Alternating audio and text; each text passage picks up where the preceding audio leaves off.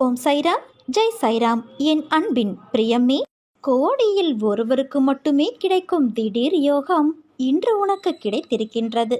1 மணி நேரத்திற்குள் உனக்கான ஒரு நல்லது நடந்தே தீரும். என் பக்தனின் வாழ்வில் நடக்கும் எந்த ஒரு செயலும் என் அனுமதியின்றி நடக்காது. அவனது வாழ்வில் என்ன நடந்தாலும் அவனது நன்மைக்காக மட்டுமே நான் நடத்துகிறேன் என்பதை அவன் முழுமையாக நம்புவான். அவன் வாழ்வில் அனுபவிக்கும் ஒவ்வொரு சுகங்களும் என் ஆசிர்வாதத்தால் அளிக்கப்பட்டது. தாய் எப்படி தன் குழந்தைக்கு ஒவ்வொன்றையும் பார்த்து பார்த்து செய்வாளோ, அதே போல சாய் பக்தர்களாகிய நாம் எதற்கும் பயப்படக்கூடாது. என்னிடம் முழு மனதோடு கேள். என்னிடம் உள்ள அனைத்தையும் நான் உனக்கு தருவேன். ஒவ்வொரு நிலையை நினைத்தும் நீ எதற்கு வேதனைப்படுகிறாய்? இப்படி வேதனை மேல் வேதனைப்பட்டு நீ எதை சாதிக்கப் போகிறாய்? வெளியே வா. அப்போது என் ஆசி உனக்கு முழுவதுமாக கிடைக்கும். வெறும் வாய் வார்த்தைகளால் நான் இதை உனக்கு சொல்லவில்லை. நான் உன்னோடு இருக்கும்போது உன் கவலைகளை என் பாதத்தில் வை. அதன் பிறகு நடப்பதை பார். உன்னை படைத்தவன் நான். நம்பிக்கையும் பொறுமையும் வேண்டும் என் குழந்தையே. உன் கர்ம பலன்கள் முடிந்துவிட்டது. எப்போது நீ என்னை நினைவில் நிறுத்தி கொண்டு பூஜை செய்தாயோ, அப்போதே உன்னுடைய கர்ம பலன்கள் பொடி பொடியாகிவிட்டன. நீ யார் என்பதை நீ அறிந்து கொள்வதற்கு நான் வைக்கும் பரீட்சைதான் நீ படும் வேதனை. உண்மையில் ஒருபோதும் நான் பணத்தை விரும்பியது இல்லை. விரும்பவும் என் பிள்ளைகளை நான் அனுமதிக்கவில்லை. என் பிள்ளைகளை அதன் பிடியில் விழவும் நான் அனுமதிக்க மாட்டேன். ஆனால் உனக்கு அது தேவைப்படும் காலகட்டத்தில் அது உன்னை தேடி வரும். யாருக்கும் இல்லை என்று சொல்லாதே. யாரையும் வெறுத்து ஒதுக்காதே. உன்னை தேடி உன் சாய் தேவா நான் வரப்போகிறேன் குழந்தையே. உன்னை நான் சரி செய்து வருகிறேன் என்று உணர்ந்து சில விஷயங்களை நீ மாற்றிக்கொண்டு வருகிறாய். நல்ல விஷயம்தான்.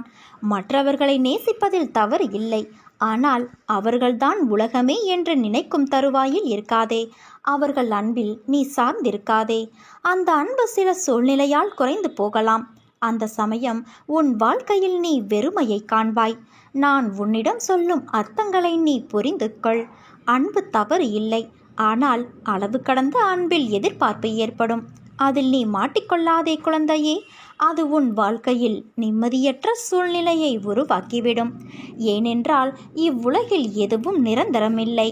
இந்த உலகில் நீ பிறந்தாய் வாழ்ந்தாய் என்று இருக்காதே. மற்றவர்களின் உணர்வை உன் உணர்வாய் மதித்து நட. அந்த அனுபவத்தில்தான் வாழ்க்கையை உன்னால் வாழ முடியும். அதன் பிறகுதான் உண்மையான வாழ்க்கைக்கு நீ அர்த்தத்தை உணர்வாய். இவ்வுலகில் நிரந்தரமென இருவரை நினைத்துக்கள். ஒன்று உனக்குள் இருக்கும் ஆத்மா, இன்னொன்று உன் சாயப்பா நான். என் பிள்ளையே, நீ மகிழ்ச்சி என்னும் கடலில் நீந்த போகிறாய். உன்னை இந்த வாழ்க்கை பயணம் எத்தனை சிதறடித்தாலும் நான் அதை ஒன்றுபடுத்தி இலக்கை அடைய செய்வேன். அதை நீ புரிந்து கொண்டாயா? இனி நீ மகிழ்ச்சியாக இருப்பாய். உன்னுடைய வேண்டுதல்கள் என்னை வந்தடைந்தன. நீ வேண்டியபடி உன் வாழ்க்கைக்கு எவையெல்லாம் நன்மையானவையோ அவையெல்லாம் நடக்கும். நீ வெற்றியின் படிக்கட்டுகளில் ஏற தயாராகிவிட்டாய். உன் மனக்கவலைகள் அகன்று நீ வெல்வது நிச்சயம் உன்னை வந்து சேரும். உன் துணையாக உன் அப்பா நான் இருக்கிறேன். முன் ஜென்ம வினைகளால் விளையும் சுகத்தையும் துக்கத்தையும் அனுபவித்தே தீர வேண்டும். கர்மத்தை அனுசரித்தே புத்தியும் வேலை செய்யும். அதனால் விதியால் நிர்ணயிக்கப்பட்டதையும் பக்தன் சுலபமாக தவிர்த்து விடலாம். முன் ஜென்ம கர்மத்தின் விளைவுகளிலிருந்து பகீரத பிரயத்தனம் செய்தாலும் விடுபட முடியாது. அவசியம் நடந்தே தீர வேண்டிய நிகழ்ச்சிகளிலிருந்து தப்புவதற்கு வழியேதும் இல்லை. துக்கங்கள் எவ்வாறு வேண்டாதப்பட்டவையோ அவ்வாறே சுகங்களும் எதிர்பார்க்கப்படாதவை. முன்ஜென்ம வினைகளால் ஒரு மனிதனுக்கு என்னென்ன நடக்கப் போகிறது என்பது ஞானிகளுக்கு முன்கூட்டியே தெரியும். அகண்டமாக அவருடைய நாமத்தை ஜெபம் செய்வதே நமது விரதமும் தவமும் தானமும் ஆகும். அவ்வப்போது உன் தந்தையான என்னை நோக்கி நீ பிரயாணம் செய்வதே உனது தீர்த்த யாத்திரை. கள்ளம் கபடமற்ற பிரேமையோடும் ஒருமித்த மனத்தோடும் என்னை பூஜை செய்து பார். நான் செய்யும் விவரிக்க முடியாத அற்புதங்களை மனத்துள்ளே நீ அனுபவித்துக் கொள்ளலாம். கரும்பை சக்கையாய் பிழிவது போன்ற ஆயாசம் தரும் விவரங்கள் தற்பொழுது போதும். உனக்கு உடனே வெள்ளம் வேண்டும். முன்னரே குறிப்பறிவிக்கப்பட்ட ரசமான கதையை கேட்க எல்லோரும் மாவலாக இருக்கிறீர்கள். கேட்பவர்களின் இந்த உணர்வை நன்கு அறிந்த நான் சொல்லப்போகும் அற்புதமான கதையை அவர்கள் கவனத்தோடு கேட்கும் வகையிலும் அவர்களுடைய ஆர்வம் மழுங்காத வகையிலும் கதாம்சமில்லாத பொதுவான தத்துவ விவரணத்தை இப்பொழுது நிறுத்திக் கொள்கிறேன். உன்னுடைய இன்பமான வாழ்க்கை இந்த நிமிடத்திலிருந்து ஆரம்பமாகிவிட்டது. உன் துன்பங்கள் முடிந்துவிட்டது. இனி எல்லாம் சுகமே. உன் இல்லத்தில் இருள் நீங்கி வெளிச்சம் வந்துவிட்டது என் குழந்தையே. நீ சந்தோஷமாக இரு. நீ மனம் உடைந்து போகாதே.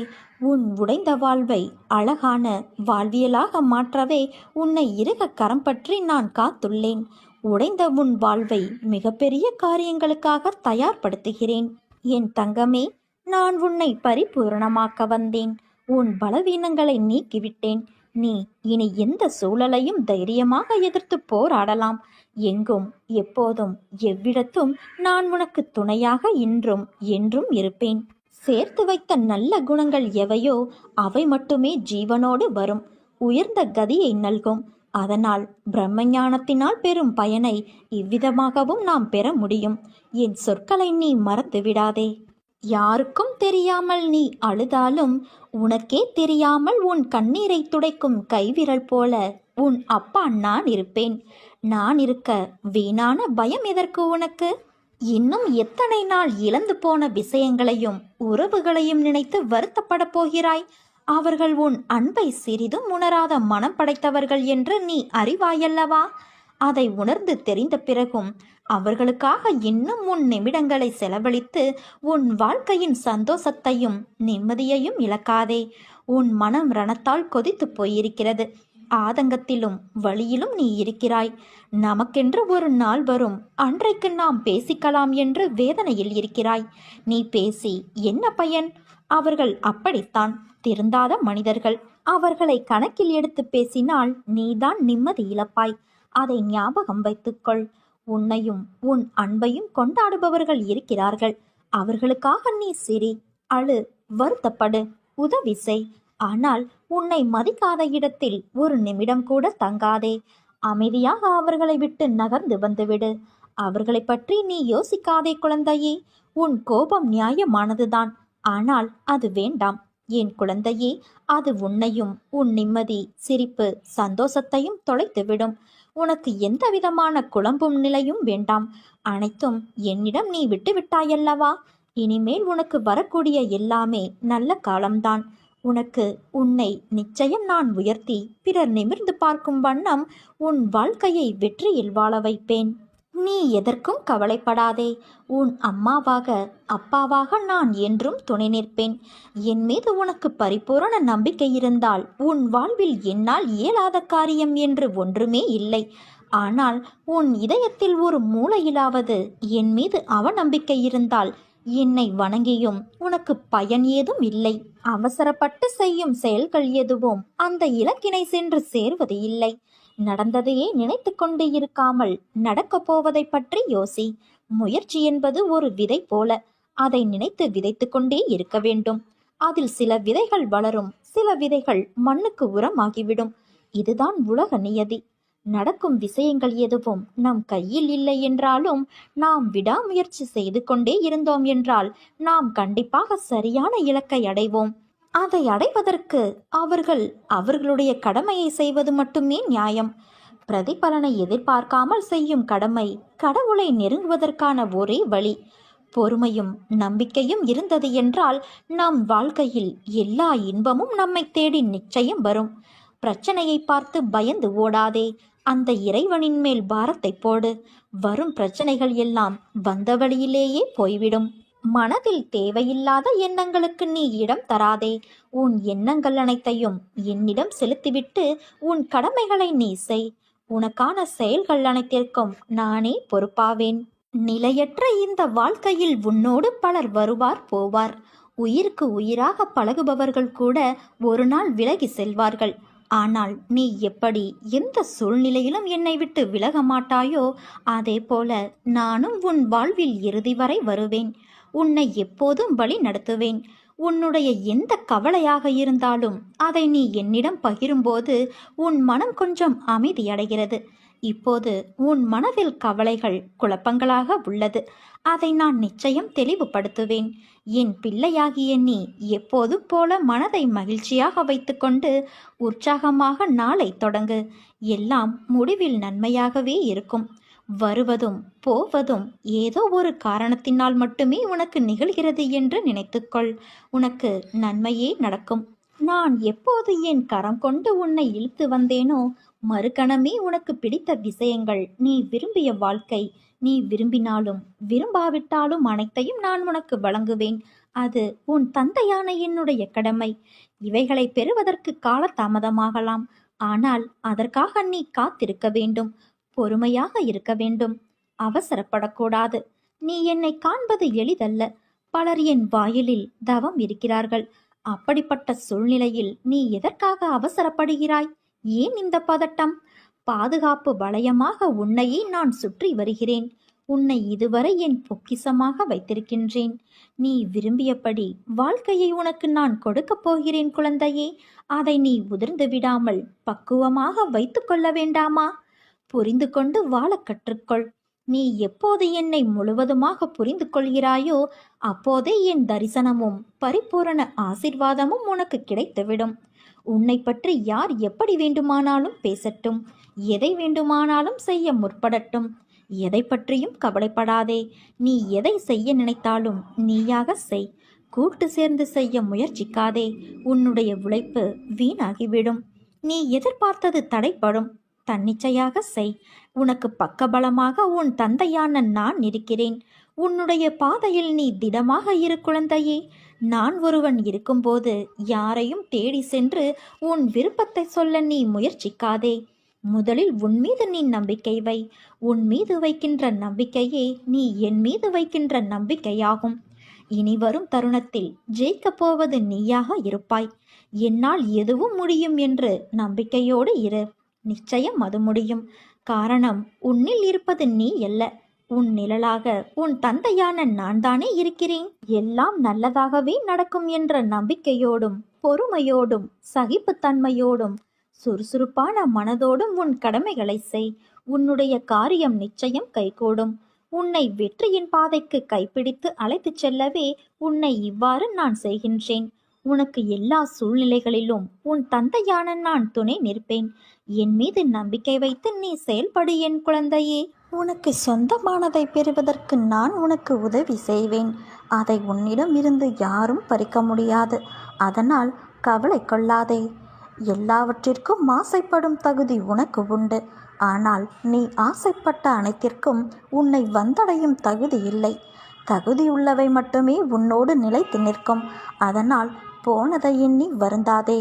உன் கர்ம வினைகள் விலகிவிட்டது. செல்வம் உன் வீடு தேடி வரும். நீ வளமாகவும் நலமாகவும் வாழப்போகிறாய்.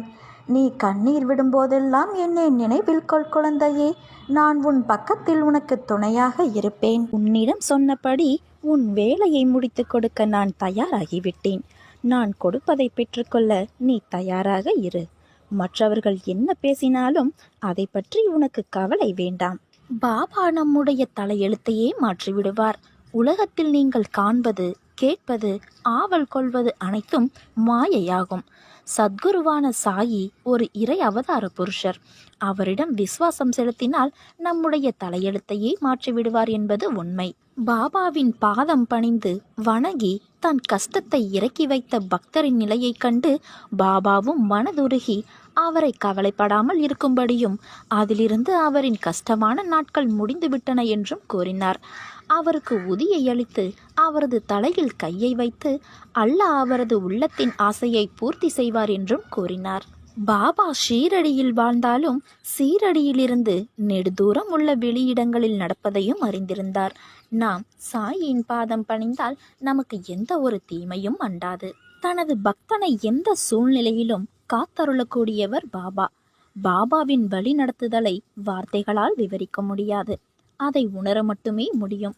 பாபாவிடம் நம்மை முழுமையாக அர்ப்பணித்து எந்நிலையிலும் பாபா நாமம் ஜெபித்து நாம் வாழ்ந்தோமானால் நம்மை சூழ்ந்துள்ள அனைத்து பிரச்சனைகளும் நம்மை விட்டு விலகி செல்வதை நாம் அனுபவத்தில் உணர முடியும். உதாரணத்திற்கு, பாபாவின் நெருங்கிய பக்தரான ஷாமாவை நச்சு பாம்பு ஒன்று கடித்துவிட்டது.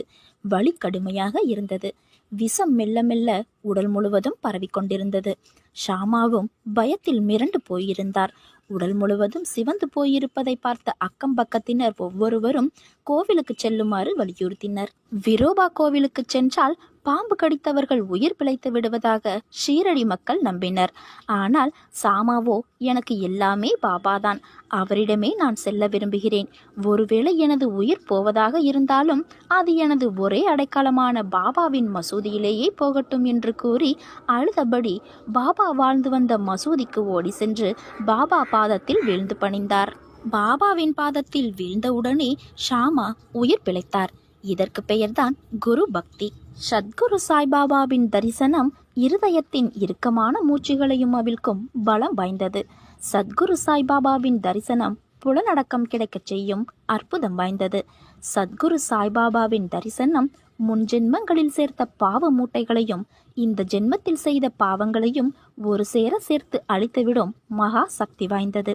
இப்பேற்பட்ட மகானான சத்குரு சாய்பாபாவின் புகழையும் பெருமையையும் நாம் எப்போதும் பாட வேண்டும். சதா சர்வ காலமும் சாயி சாயி என்று மனதாலும் வாக்கினாலும் உச்சரித்து சத்குரு சாயிநாதனின் பாதம் பணிந்து நாம் சரணாகதி அடைய வேண்டும்.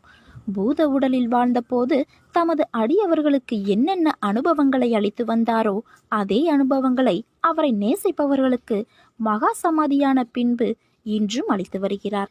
இனிய வைத்தீஸ்வரராகவும் நம் எல்லோருக்கும் தாயுமானவர் சுவாமிநாதனும் சாயி சாயி என்று அழைக்கப்படும் பொழுது கன நேரத்தில் நம் அருகில் அமர்ந்து நம் உள்ளார்ந்த உள்ளத்தின் நியாயமான வேண்டுதல்களை நிறைவேற்றி தருகின்றார் நம் சாயப்பா. கண்ணில் கண்டதெல்லாம் உண்மை என்று நினைக்காதே, காதில் கேட்பதெல்லாம் சரிதான் என்று சொல்லாதே.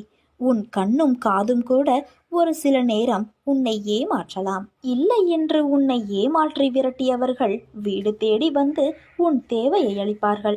அதுவரை கொஞ்சம் பொறுமையை கடைப்பிடி. இந்த அப்பாவை விடாப்பிடியாக பிடித்து கொண்டுள்ளாய்.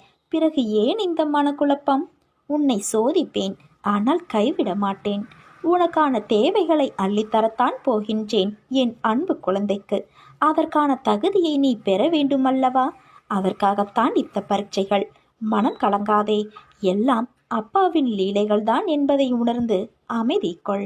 சூழ்நிலைக்கு ஏற்ப வாழ்க்கையை அமைத்துக் கொள்வதுதான் வெற்றிகரமான வாழ்க்கையின் பூரண ரகசியம். இந்த உண்மையை உணர்ந்தவர்கள் வாழ்வில் வெற்றி நிச்சயம்.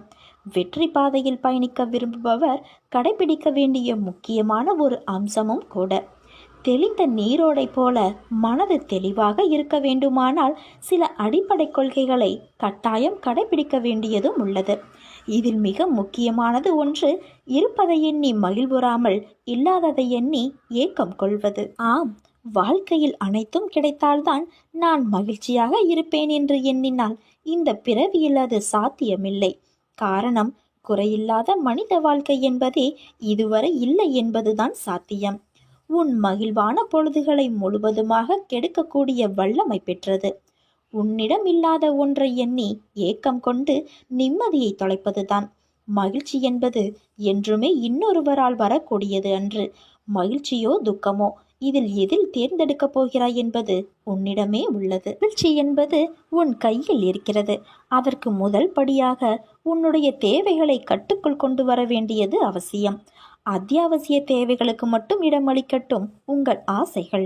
இந்த எண்ணத்தில் உறுதியாக இருக்க வேண்டியது அவசியம். இதற்கான அர்த்தம் மனித வாழ்க்கைக்கு இது மட்டும் போதும் என்பது இல்லை. உயிர் வாழ தேவையான அடிப்படை வசதி கிடைத்துவிட்டால் மேற்கொண்டு நாம் பெறும் ஒவ்வொன்றும் நம் மகிழ்ச்சி கணக்கில் கூட்டிக்கொண்டே போனால் வெற்றிக்கான பாதை நம் முன் பறந்து விரியும். நல்ல எண்ணங்களுடனான சேவைகள் நல்ல வாழ்த்துக்களை பெற்றுத்தரும். அதை அனுபவிக்க பழகிவிட்டால் உன் மகிழ்ச்சி வெகு விரைவில் கூடிவிடும். உன் பிரச்சனைகளை தள்ளி நின்று பார்க்கும்போது அது மிக சாதாரணமானதாக தெரிவதோடு அதற்கான தீர்வு காண்பதும் எளிதாகிவிடும். நான் மகிழ்ச்சி அடைய என்ன இருக்கிறது? குழந்தையின் மழலை, மலர்களின் மனம், அழகு, இயற்கையின் இனிமை, பறவைகளின் கானம், இப்படி ரசித்து மகிழ எத்தனையோ இருக்கிறதே. பெற்ற சிறிய வெற்றியையும் மனமகிழ்ந்து கொண்டாட பழகினாலே உற்சாகம் தானாய் பிறக்கும். அடுத்த வெற்றிக்கும் அது அச்சாரம் போடுமே. ஒவ்வொரு சிறிய வெற்றியும் ஒரு ஆசிர்வாதம். எனவே கவலை கொள்ளாதே, நம்பிக்கையோடு செயல்படு. நீ எடுக்கும் எல்லா முயற்சிகளிலும் உனக்கு வெற்றி நிச்சயம். நீ எந்த காரியத்தை செய்து கொண்டிருந்தாலும், எங்கு இருந்தாலும், எதை செய்தாலும் என்னையே நினைவில் நிறுத்தி உன் வேலையை செய். அதை நான் வெற்றியடையும்படி செய்வேன். இன்று இரவோடு உன் பிரச்சனைகள் அனைத்தும் தீரப்போகிறது. உனக்கு துணையாக நான் இருக்கிறேன் மகளே. நீ எதை கண்டும் கலங்காதே.